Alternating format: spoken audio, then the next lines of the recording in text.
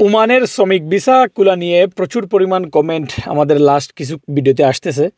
তো যার জন্য ভাবলাম অত্যন্ত গুরুত্বপূর্ণ না হলেও এবং কোনো আপডেট না থাকলেও যেহেতু আমাদের অডিয়েন্স বা দর্শকরা মন্তব্য করতেছেন সেই দিক বিবেচনা করে এই জিনিসটা আপনাদেরকে জানানো উচিত, যদি একে একে সবাইকে জানানো সম্ভব না।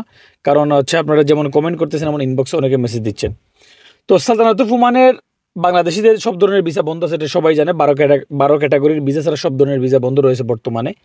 কিন্তু শ্রমিক ভিসা নিয়ে মানুষের বেশি আগ্রহ, কারণ এই ভিসা দিয়ে সহজে আসা যায় ওমানে বা যে কোনো দেশে বাংলাদেশে যেতে পারে, এই ভিসাটা বন্ধ রয়েছে।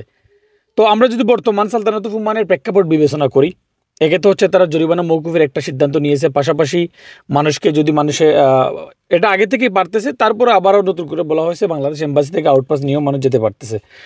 এই সার্বিক দিক বিবেচনা করলে আমার একান্ত ব্যক্তিগত মতামত, আমার মনে হচ্ছে না যে ইদানিং বা খুব সুন পসিবল যে ভিসা খুলবে শ্রমিক ভিসা। কিন্তু শর্ত সাপেক্ষে যে পরম্পরাম যে জিনিসগুলো শোনা যাচ্ছে, যা রটে তা কিছু নাই বটে, হয়তো শর্ত সাপেক্ষে হয়তো শ্রমিক ভিসা ওমানের খুলতে পারে। শর্ত সাপেক্ষগুলো এমন হতে পারে যে স্কিল পার্সন হবে, অথবা কেউ রেসপন্স সঠিকভাবে নিবে, অথবা এগ্রিমেন্ট থেকে A to Z এই জিনিসগুলো প্রপার এবং 100% অথেন্টিক হবে। এই ধরনের শর্ত সাপেক্ষে হয়ে হয়তো খুলতেও পারে, তাও সম্ভাবনা।